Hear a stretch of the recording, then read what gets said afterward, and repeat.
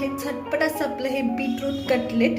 तुमच्या healthy स्नॅक्सला option आहे हा, किंवा नाश्त्याला, मुलांच्या टिफिनला. पहा, फार अप्रतिम झाला आहे. आणि तुम्ही याच्यात पनीर घालून प्रोटीन रिच सुद्धा करू शकता. तर पहा किती सुरेख दिसत आहे, त्याच्यामुळे नक्की ट्राय करा. नमस्कार मंडळी, मी कोमल. तर आज आपण हेल्दी टेस्टी कुरकुरीत अशी रेसिपी बनवतोय, ती म्हणजे बीटरूट कटलेट किंवा टिक्की. तर चला सुरू करूया. आज आपण एका बीटरूटचं कटलेट करतोय.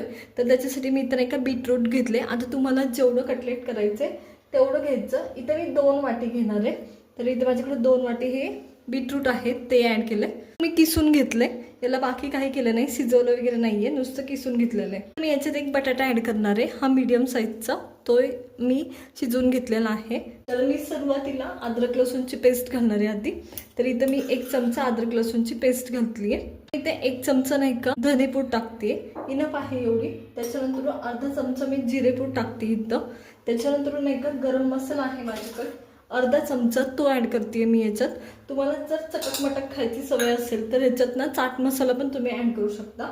आता बाइंड होण्यासाठी व्यवस्थित नाही का, म्हणजे पाणी असतं बीटरूटमध्ये बरंचसं, त्याच्यामुळे मी नाही का 1 चमचा बेसन पीठ टाकते. 1 चमचा मी कॉर्नफ्लॉवर याच्यात ॲड करते. आता हे सगळे मसाले वगैरे झालेत, त्यानुसार मीठ ॲड करते.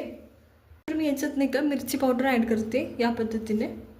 तर मी हळद ॲड करते. आता सगळ्या मसाले, सगळ्या गोष्टी ॲड करून झाल्यात. याच्यात ना कोथिंबीर ॲड करते. आता ह्या सगळ्या गोष्टी, मसाले वगैरे सगळं मिक्स झालंय. आता ह्याला व्यवस्थित मळून घ्यायचं या पद्धतीने, एकजीव व्यवस्थित. हे ना माझं मळून झालंय आणि आता नाही का व्यवस्थित मळलंय, एकदम व्यवस्थित. त्या टायमाला आपण नाही का ह्याची टिक्की बनवणार आहोत. स्मॉल साईजमध्ये, किंवा तुम्हाला पाहिजे त्या साईजमध्ये किंवा पाहिजे त्या शेपमध्ये सुद्धा बनवू शकता. तर या पद्धतीने. आता जर बीटरूट खूप ताजं असेल ना तर खूप पाणी असतं, हे लक्षात घ्या. हवं असेल तर थोडंसं रवा ॲड करा, एखादा चमचा, खूप जास्त नाही. पण जेव्हा बीटरूट खूपच ताजं असतं तर खरंच पाणी खूप जास्त असतं, त्याच्यामुळं ओलं ओलं होतं, म्हणजे खूपच पाणी दिसतं. तर या पद्धतीने ही टिक्की तयार करायची. तर चला, सगळ्या टिक्क्या मी अशाच तयार करून घेते. इथं ना या सगळ्या बीटरूटच्या टिक्क्या तयार आहे आणि पहा अप्रतिम दिसतात ते. तर चला आता फ्राय करून घेऊया. तवा घेतलाय, तवा व्यवस्थित गरम झालाय. हा मी लोखंडी तवा घेतलाय. तुमच्याकडे जो अवेलेबल आहे तो घेतला तरी चालेल, किंवा पॅन घेतलं तरी चालेल. त्याच्यात नाही का तेल ॲड करते गरजेनुसार. तवा व्यवस्थित गरम झालाय आणि बघा वाफा निघतात ते. त्या टायमाला मी याच्यात नाही का ह्या टिक्की ठेवते आपल्या या पद्धतीने. गॅस बारीक करायचा. तर मी सगळ्या टिक्की ठेवून देते.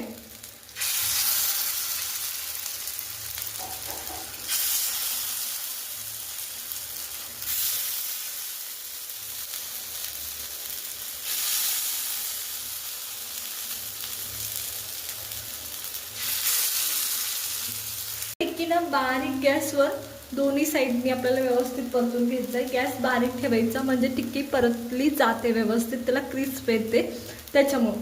तर चला वाट पाहूया मग.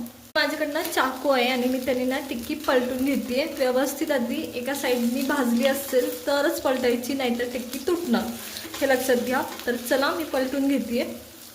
ही टिक्की पलटून घेते या पद्धतीने.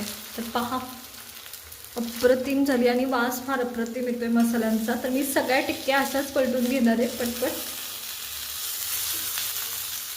या पद्धतीने. पहा सुरेख सगळ्या टिक्क्या ना पलटून घेतल्यात. आता दुसऱ्या साईडने पण परतून घेते, यांना शालो फ्राय करून घेते. टिक्की पलटून आता दुसऱ्या साईडने पण बराच वेळ झालाय आणि पाहूया कशी झाली. तर फार अप्रतिम मसाल्यांचा वास येतोय आणि हे पहा एकदम व्यवस्थित झालं. तर मी ही मधली उचलते. तर पहा किती सुरेख भाजली गेली आहे आणि अशाच भाजल्या गेल्या पाहिजे. तर चला, टिक्की आता इथं मी साईडला काढून घेणार आहे, कारण दोन्ही साईडनी भाजलेल्या आहेत व्यवस्थित. तयार आहे झटपट असं आपलं हे बीटरूट कटलेट. तुमच्या हेल्दी स्नॅक्सला ऑप्शन आहे हा, किंवा नाश्त्याला, मुलांच्या टिफिनला. पहा फार अप्रतिम झाला आहे आणि तुम्ही याच्यात पनीर घालून प्रोटीन रिच सुद्धा करू शकता. तर पहा किती सुरेख दिसत आहे, त्याच्यामुळे नक्की ट्राय करा. आवडलं असेल तर लाईक करा, शेअर करा आणि सबस्क्राईब करा.